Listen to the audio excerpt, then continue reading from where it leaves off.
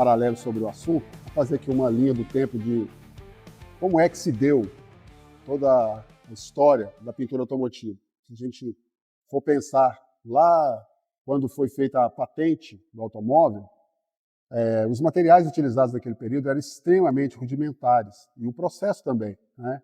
Para se ter uma ideia, chegaram a pintar veículos usando apenas o pigmento, não tinha sequer uma resina, não era nem uma tinta, e um processo completamente manual. Obviamente que, com o passar do tempo, foram adicionando aglutinantes desse material para, obviamente, transformar ali em um produto com uma escala, pelo menos, de um pouco de aderência. Mas não existia nenhum tipo de tratamento, era realmente uma situação assim, extremamente rudimentar. Eu diria que a ruptura, talvez, dessa primeira fase, ela ocorreu ali próximo do período de pós-guerra, onde a indústria automotiva identificou que a partir dali seria realmente uma situação vinculada ao automóvel, né, uma situação mais de status. E aí sim começou uma transformação em todos os aspectos, principalmente na parte estética do carro. Então, as linhas de design foram sendo alteradas e, consequentemente, os materiais utilizados também para criar todo esse visual que era necessário, além, obviamente, da proteção. Então, a partir dali, começou a realmente utilizar materiais comparados com o que tinha, um pouco melhores. Mas, ainda assim, nós estamos falando de materiais muito pobres, eu diria, em relação principalmente a resinas. Então, nós vamos falar aí primeiro das tintas sintéticas que foram utilizadas no passado, posteriormente, tintas nitrocelulose. Aliás, esse termo, apesar de não ter uma relação direta com o automóvel, mas é interessante falar apenas para conhecimento geral, nitrocelulose, na realidade, o nome correto é laca-nitrocelulose, que foi daí onde surgiu o termo móveis laqueados, que a indústria moveleira utilizou desse material automotivo para fazer pinturas em móvel. Então, por isso tem essa nomenclatura. E os pintores mais antigos também conheciam como tinta duco. Bom, mas enfim, passando então pelo sintético, pela nitrocelulose, depois um pouco mais adiante tintas acrílicas, onde começou inclusive a ter pinturas metálicas, e poliéster, tintas poliuretano, tintas à base d'água, que hoje inclusive as montadoras utilizam no seu processo, e agora mais recentemente inclusive tintas com características UV, que são utilizadas praticamente em todos os processos de reparação rápida que existe dentro das oficinas. Bom, mas onde eu quero chegar com toda essa história? Os materiais que nós temos disponíveis hoje para aquisição, em qualquer casa de tinta, ou o acesso a informações, como, por exemplo, esse treinamento que você está assistindo, esse curso que você está assistindo de pintura, isso não existia há 20, 30 anos atrás, né? Hoje a gente tem acesso a materiais excepcionais, muito bem desenvolvidos, sistemas de proteção excepcionais também. Você tem aí acesso a informações de técnicas para aplicar tudo isso.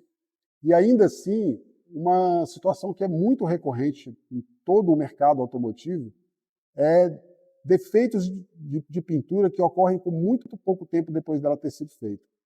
O que eu chamo de erros de processo. Tá? Recorrente eu ser chamado, às vezes, para fazer uma identificação em uma pintura que, em menos de um ano, às vezes, por exemplo, né, um carro antigo que foi restaurado, foi feita uma repintura nele geral, e um ano e pouco depois já tem trinca, já tem defeitos nessa pintura.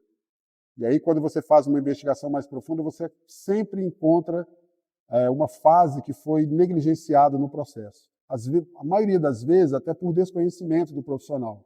Mas, em alguns momentos, ocorre também uma situação assim da pessoa que vai ganhando experiência com o tempo, ela tem a tendência a buscar um atalho para poder conseguir, talvez, em teoria, né, ganhar um pouquinho de tempo sobre o aspecto da feitura da pintura. Então, onde eu quero chegar com isso? Eu queria chamar a atenção exatamente para isso. A pintura ela é o acabamento final. A pintura é o que vai dar exatamente o que se espera depois de todo o trabalho feito em um automóvel ou em uma peça, independente de que ela seja, né? Depois de toda a preparação que se foi feita, depois da reparação, da construção, seja o que for, a pintura é que vai gerar o efeito final de acabamento. Então não se pode acelerar isso. A minha recomendação é exatamente essa. que você fique atento a esse processo, que você não pule etapas, que você não procure acelerar nada, que você não negligencie o que precisa de fato ser feito. Tá? Eu estou me referindo em relação desde uma boa limpeza, à compra de um material adequado, à execução propriamente dita. Ok? Pessoal, então, essa é a peça que nós escolhemos para poder fazer a demonstração, obviamente toda a remoção aqui desses materiais. Por que nós escolhemos essa peça? É uma peça que ela tem praticamente todas as situações que vocês vão vivenciar quando vocês estiverem trabalhando em um automóvel. Então eu tenho curvas, eu tenho vincos, tenho partes negativas, tenho saliências, tá vendo?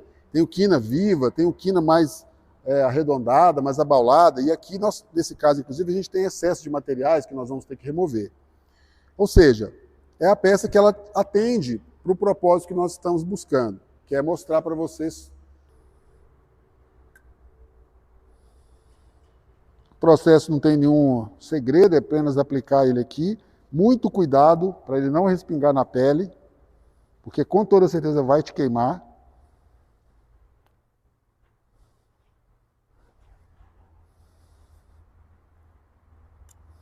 Não adianta tentar economizar, tem que ser camadas bem generosas mesmo.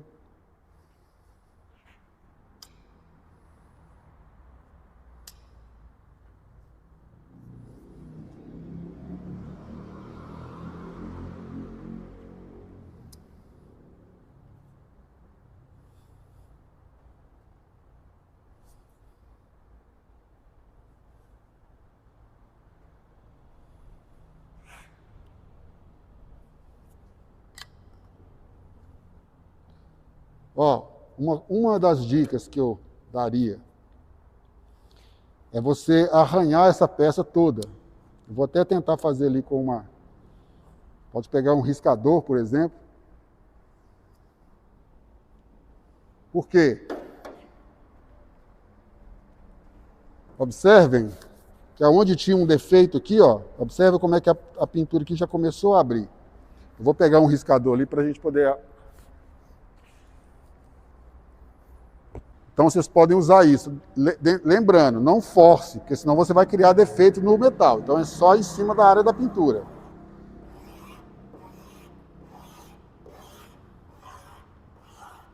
Isso pode ser feito com um estilete, pode ser feito com um arame rígido.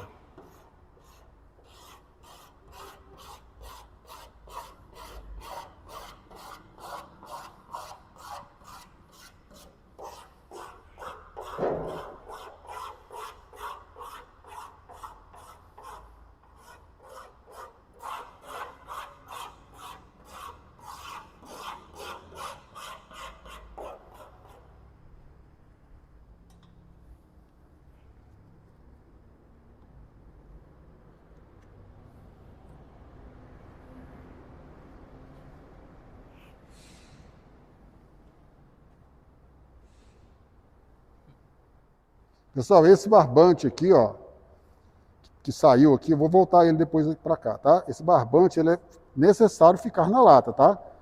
Não pode fechar a lata sem esse barbante. É ele que tira os gases da lata para ela não explodir dentro da bancada ou dentro do local onde é que você armazenar ele.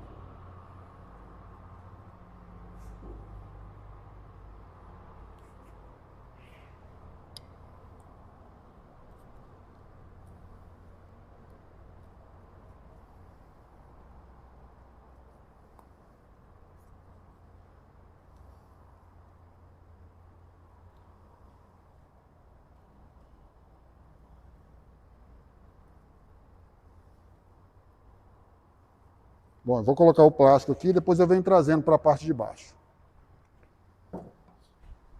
Ó, com um saco de lixo, com um plástico de mascaramento, o que você tiver na mão aí, você vai simplesmente cobrir. Deixar ele reagir. Se tiver numa área muito ventilada, você pode colar aqui com uma fita crepe. Aqui como não tá mais tranquilo, eu vou deixar ele simplesmente apoiado aqui. Ó, pessoal, então, já tem aqui aproximadamente uns 10 ou 15 minutos que eu apliquei. Uma referência, inclusive, é que vocês vão escutar o barulho, como se fossem uns pequenos estalados debaixo do plástico. Quando esse barulho para, já está chegando na ação final que ele teria, tá? Que a gente vai remover aqui, ó. Ó, observa que ele teve uma boa... Ele conseguiu aí ter uma boa função, ó. Até mais do que eu esperava, para ser sincero, ó. E agora a gente vai raspar.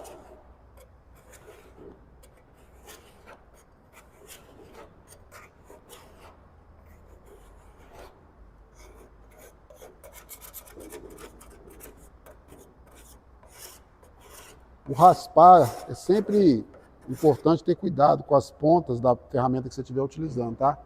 Seja um raspador, seja, como eu estou aqui, como uma espátula, quanto menos você machucar o metal, melhor será para você fazer a sua preparação depois.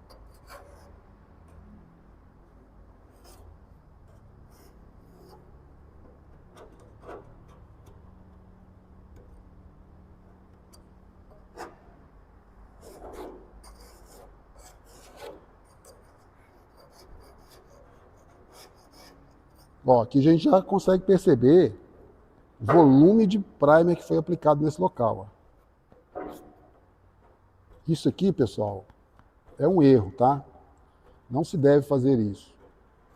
Às vezes a pessoa imagina assim, não, eu dou aqui umas 5, 6 camadas de primer, depois eu vou taqueando para poder nivelar.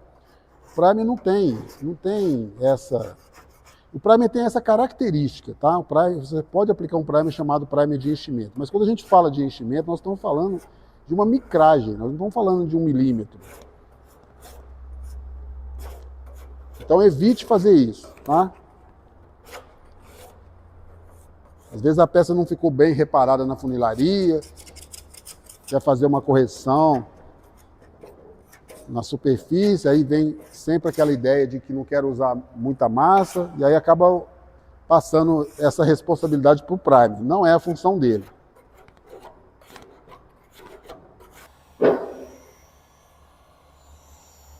material vai amolecendo.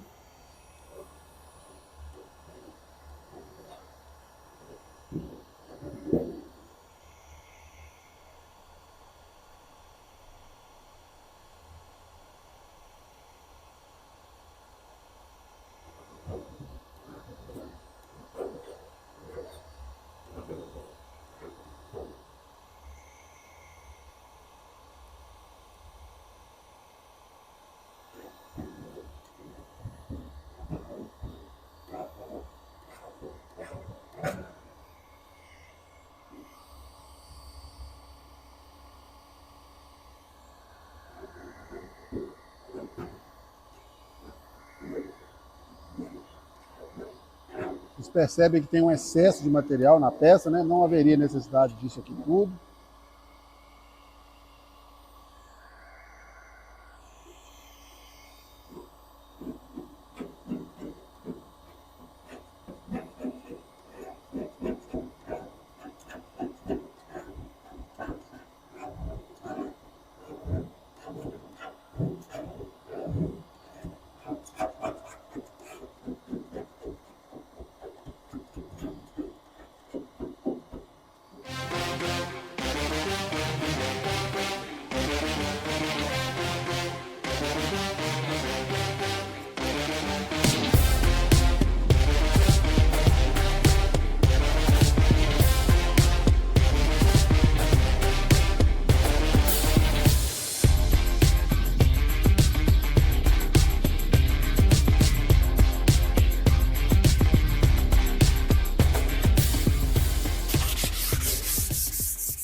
Bom, pessoal, terminei de remover aqui. Estou só tirando aqui uns pequenos pontos manuais aqui, um item ou outro que fica e tal. Uma lixa 80. E aí agora é o seguinte, na próxima aula eu vou passar para vocês situações que vocês estejam com uma peça exatamente como essa, ou seja, totalmente no metal. E aí você, de repente, precisa fazer ainda um reparo no metal, uma pequena lanternagem, né? Precisa modelar aqui ainda o metal, ou às vezes uma correção que seja, uma substituição de uma parte. E aí, nesse caso, teria, obviamente, que tratar esse metal, né? Preparar ele para que ele não oxidasse. Então, na próxima aula, nós vamos falar sobre isso, ok? E aqui, ó, Basicamente é um pincel, molha ele no produto, só de você esfregar, ó, olha o que acontece. Ó. Toda a oxidação já se remove por completo. Muito simples, muito fácil, deixa o metal totalmente exposto. Claro, vai depender da profundidade da corrosão, pode ser que em alguma situação realmente não esteja tão superficial como essa aqui, aí você pode então usar como alternativa a buchinho para esfregar. Mas ó, uma oxidação mais superficial é extremamente fácil de sair. Vamos então para a aplicação.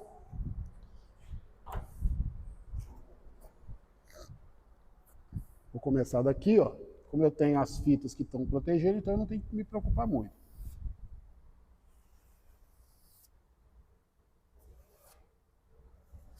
Tente esticar ela o máximo possível, deixando uma camada mais fina, mas mais homogênea. Não é bom deixar partes vagas assim.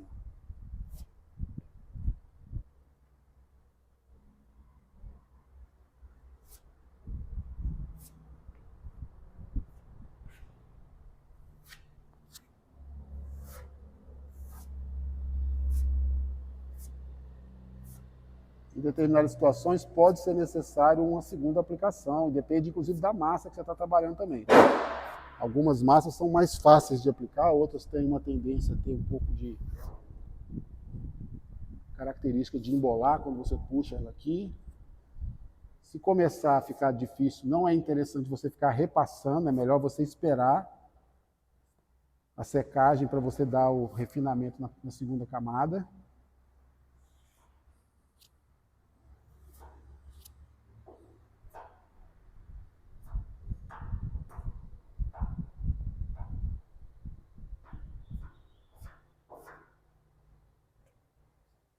Ó, locais como esse, por exemplo, que ficou falhado, ó, tentativa de reaplicar aqui, vocês vão perceber que a massa vai trazer um monte de defeito. Então você não faz força, não faz pressão. Tente trabalhar ela mais leve possível.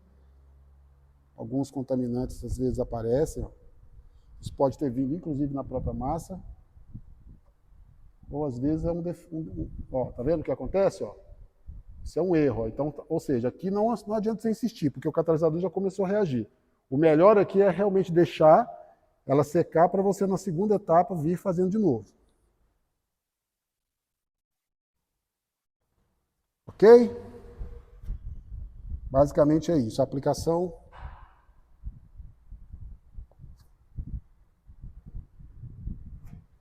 A gente aguarda secar agora para fazer o lixamento.